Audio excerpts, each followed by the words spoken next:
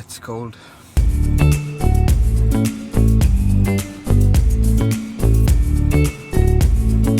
Right now I'm outside and it's around almost midnight, I think, and the weather is minus 15 degrees Celsius, so it's kind of cold.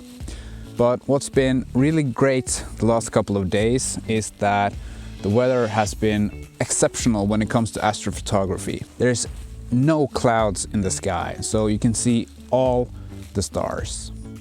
Now, I have been outside some evenings and taken some pictures of the stars, but on all those occasions I have been using my Canon EOS R with the Tamron 24-70 f2.8. But in this video I thought I was going to try the Canon M6 Mark II and see how that camera does it when it comes to astrophotography. If it's even capable of capturing anything. I do believe it is, but I haven't tried it yet. So me trying this out in this video is the first time I've been trying the Canon M6 Mark II for this purpose. And as you watch this, you will see things as I see things for the first time. I really do hope the audio is great. I have a lavalier mic on my collar here and I hope the audio is okay. I wish you were able to see what I see, but hopefully with my Canon M6 Mark II today I am capable of taking some photos so I can post them on this video so you see what I see. But it's really beautiful. The sky has been awesome the last couple of days, weeks actually. It's all black around me. I have these Ulanzi lights that I'm using to light the scene, and I actually got the idea of these Ulanzi lights from Philip Scraba. He made a video about these Ulanzi lights. It's called Ulanzi VL49 RGB lights. Comes with a cold tube mount, so you can mount this onto your camera, which I have on my Canon EOS R right there, and I have I have two on my car, one there, and I have one in my hand, so no boogeyman is gonna come for me now. And when we're done taking these photos, I'm gonna take you with me on my editing part on how I edit my photos. But have in mind, I'm not a professional photographer at all. I only do this for a hobby and all I do is self-taught. There's probably a lot of you out there who knows a lot more than me about this stuff. So please make a comment in the comment section down below if you do have some tips for me, because that would be highly appreciated. Anyway, I'm gonna change over to my Canon EOS R now. I'm gonna film the rest of this video on that camera. Let's press record. So now we're filming on both cameras, my Canon EOS R and my M6 Mark II. But now I'm gonna use my Canon EOS R for the rest of the video, and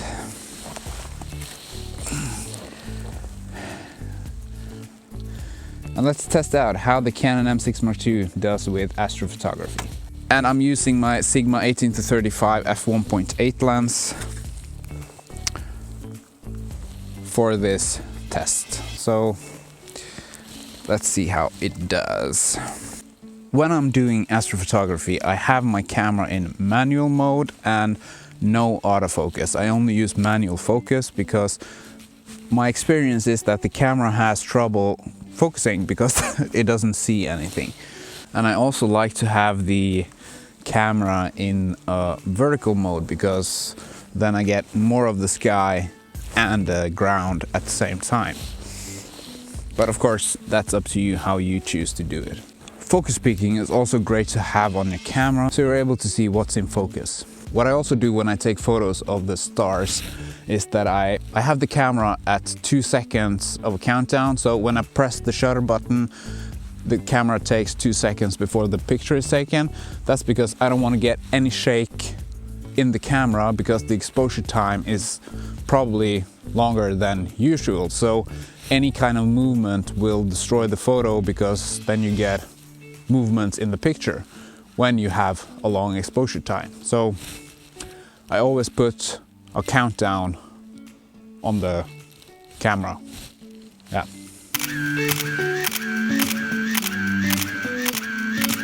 Yeah, we won't know anything until we get the photos into the computer, because that's where you actually see how good the photos turned out, and you can tweak the settings and whatnot. But what's important is that you take photos not just in JPEG, but you also take photos in RAW, so you have the option to tweak the settings, get the most out of the picture, gather as much information as the camera can get, so you have more to work on when it comes to editing.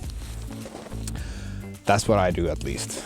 So do shoot in RAW. My tip for you today.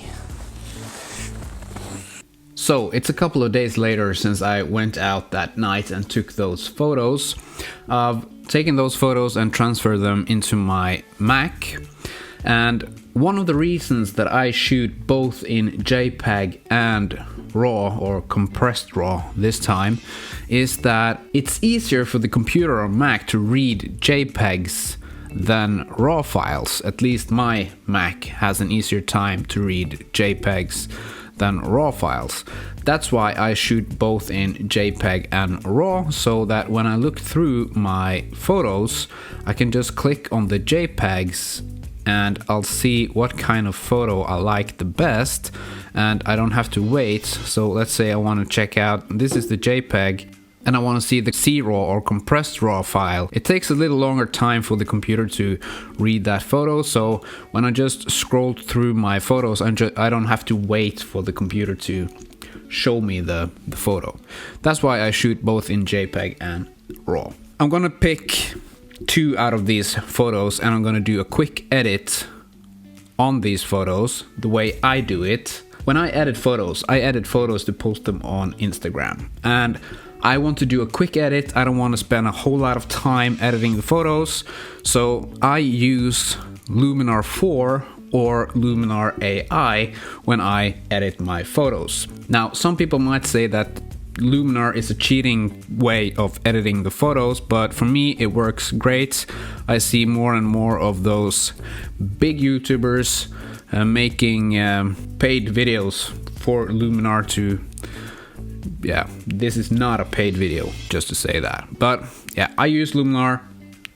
Keep on the discussion in the comments if you think that's a cheating program and Lightroom and Photoshop is a better option. Anyway, I am going to pick 1 out of these photos, 2 out of these photos, and do an edit on that.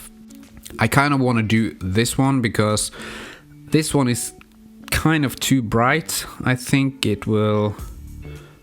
this will turn out a little bit better. So the first thing that I do when I go into Luminar is that I go into the light, especially with astrophotography. I think that pulling down the temperature a bit often gives the picture a better look, kind of a little more bluish, and it's a personal preference. I think that looks a little bit better. The next thing I do is that I go to AI Enhance and I drag the AI Enhance up to about 40-50% until I am satisfied. Let's try 50%.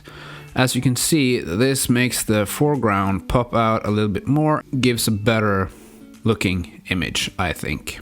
AI Sky Enhancer, I'm not sure if this is going to do any difference at all, but if we take a look at the highlights in the left corner, this is at 100%, this is at 0%, so AI Sky Enhancer, it actually took down the lights or the light source from the town, so it made the sky pop out a little bit more. Now, AI Structure, this is also a personal preference.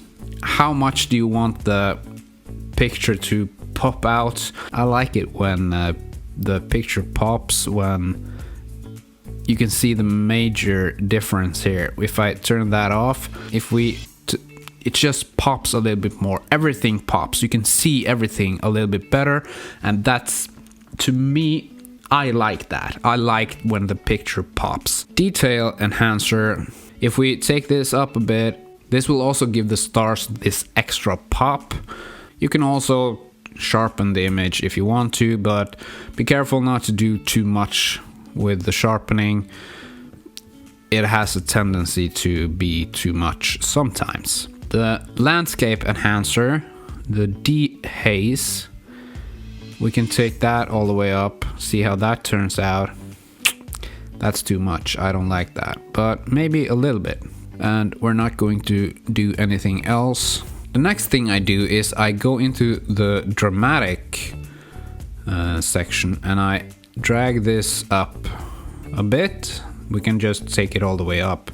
Now you see it almost makes the picture a black and white picture and everything pops, but this is too much. So let's just drag it down. Let's keep it at 40%.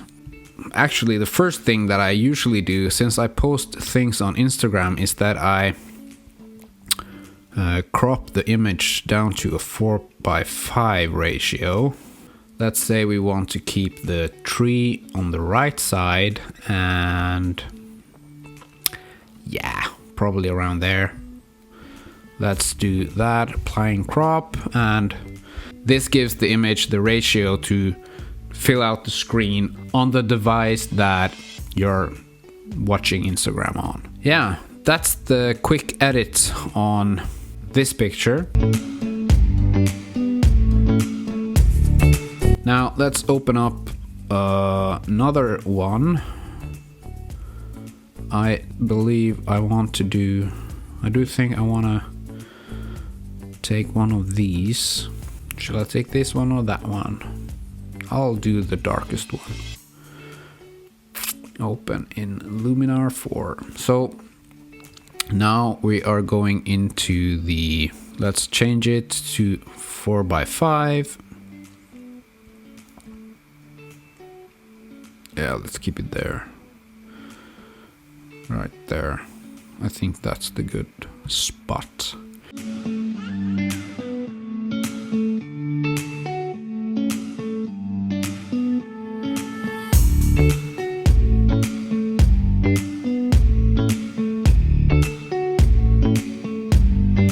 And yeah, that's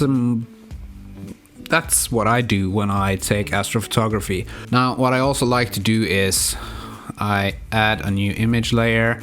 I already made my logo. I add my logo to the picture, my copyright, and my name. And then we go to screen. But we can't have my logo in the middle of the picture, so let's press layer transform. And then we just drag this down. Here, actually, I think in order for it to see my logo at all, I usually keep my logo small and down in the corner so it doesn't distract from the rest of the picture. And I also usually take down the image opacity so it's not popping out too much, but actually in this picture it was too much. But yeah, I think that looks okay. Now I'm gonna export this picture and I'm gonna post this on my Instagram.